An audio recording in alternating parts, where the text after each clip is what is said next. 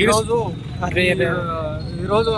Candle నిరసన rally ఎందుకు చేస్తున్నామంటే, ముఖ్యంగా గత 10 రోజుల కింద కలకత్తాలో ఒక రెసిడెంట్ డాక్టర్పై జరిగినటువంటి అత్యాచారాన్ని నిరసిస్తూ దేశమంతటా కూడా ప్రపంచవ్యాప్తంగా నిరసన తెలియజేస్తున్నాము.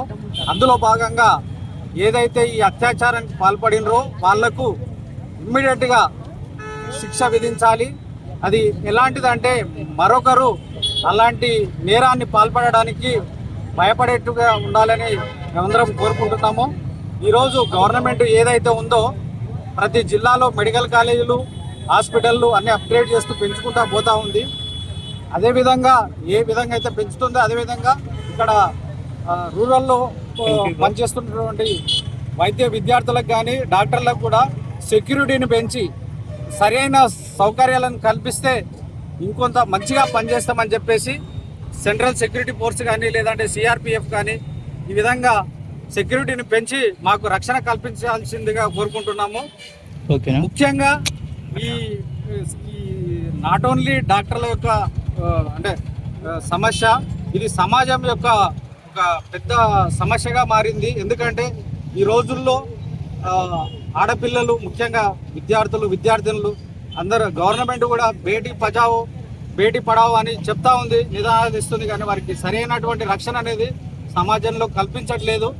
ముఖ్యంగా యువత కూడా మద్యానికి మరియు మత్తు మందుకు బానిసలైతూ ఈ విధంగా తమ యొక్క అంటే అరాచకత్వాన్ని, తమ యొక్క బానిసత్వానికి లొంగి ఈ విధంగా మహిళలపై దాడి చేయడం అనేది జరుగుతుంది. కాబట్టి ఈ మత్తు పదార్థాలను కూడా నియంత్రించాల్సిన అవసరం చాలా ఉంది.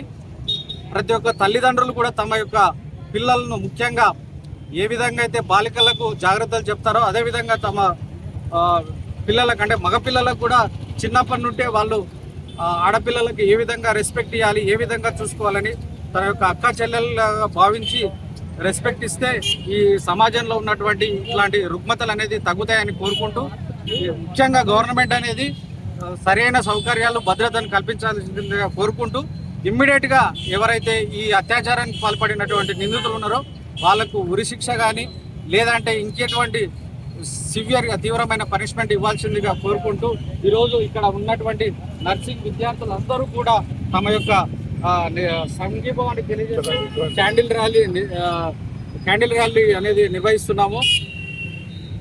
సో ఒక నిమిషం. ఓకే, కోల్కతాలో జరిగిన ఇన్సిడెంట్ గురించి అందరికీ తెలుసు. గత వారం రోజులుగా మేము వైద్య విద్యార్థులు అందరం నిరసన చేస్తున్నాము.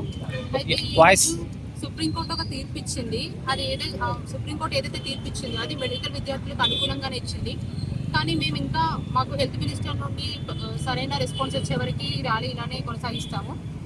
ఇప్పుడు ఏదైతే జరిగిందో అలాంటి ఇన్సిడెంట్ ఇంకోసారి పునరావృతం కాకుండా గవర్నమెంట్ ఖచ్చితంగా దాన్ని బాధ్యతగా చేపట్టి అవన్నీ ఇంకోసారి రిపీట్ కాకుండా చూసుకోవాలి. అలానే మెడికల్ కాలేజ్లో మొత్తం మెడికల్ ఫీల్డ్లో సెక్యూరిటీని పెంచాలి. సెక్యూరిటీ ఫోర్స్ని పెంచినట్టయితే దీనివల్ల అనేక లాభాలు ఉన్నాయి. ఒకటి, రాష్ట్రంలో రాష్ట్రంలో మరియు దేశంలో ఎంప్లాయ్మెంట్ని పెంచవచ్చు. ఇంకొకటి వర్క్ ప్లేస్లో ముఖ్యంగా ఆడపిల్లలకి ఎక్కడైతే వర్క్ చేస్తున్నామో రక్షణ అనేది ఉంటుంది. ఈరోజు ఎవరైతే ఒక ఆడపిల్ల ఇంట్లో నుండి కాలు బయట పెట్టిందంటే తను ఎన్నో బాధ్యతలతో పెడుతుంది. అంత ధైర్యంగా ఎంత గట్టు మెడికల్ ఫీల్డ్లో తను రాణించాలి అనుకుందంటే ఎన్నో బాధ్యతలు తనకి ఎంతో ఒక స్ట్రాంగ్ ఎంతో వస్తుంది. మరి ఈరోజు అలాంటి ఆడపిల్లలు ఖచ్చితంగా ప్రభుత్వం రక్షణ లాగా సెక్యూరిటీని ఖచ్చితంగా ఇంప్లిమెంట్ చేయాలి అని మేము దానికోసమే డిమాండ్ చేస్తున్నాము. అది చేసే వరకు హెల్త్ మినిస్టర్ నుండి మాకు హెల్త్ డిపార్ట్మెంట్ నుంచి సరైన రెస్పాన్స్ ఇచ్చే వరకు కూడా ఈ నిరసన అలానే కంటిన్యూ చేస్తాము. సో గవర్నమెంట్ని వేసుకునేది అదే అండి.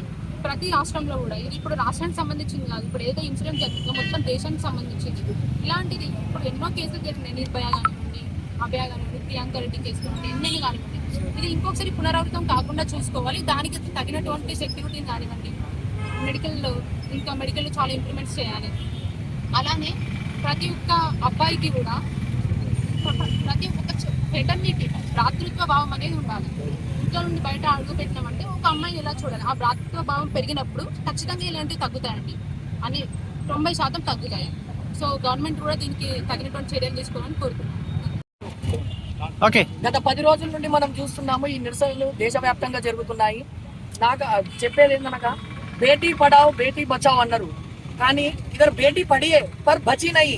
అది నేను చాలా బాధాకరం. ప్రైమ్ మినిస్టర్ మోడీ గారు దీనిపైన రెస్పాండ్ కాకపోవడం, రియాక్ట్ కాకపోవడం ఇది చాలా బాధాకరం. బేటీ పడావ్ బేటీ బచావ్ అన్నారు, కానీ బేటీ ఇక్కడ చదివినా ఇక్కడ చనిపోయింది తను. ఇలాంటివి దేశంలో కానీ ఎక్కడ జరగొద్దని చాలా బాధాకరంగా ఉంది. ఇలాంటివి ఎక్కడ జరగొద్దు.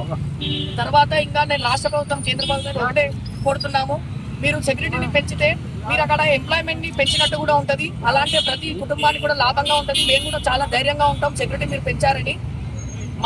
ఇప్పుడు ఆ జరిగిన అమ్మాయికి బాధితురాలకి న్యాయం జరగాలి, ఆ నిందితుల్ని వెంటనే శిక్షించాలి అని నేను కోరుకుంటున్నాను.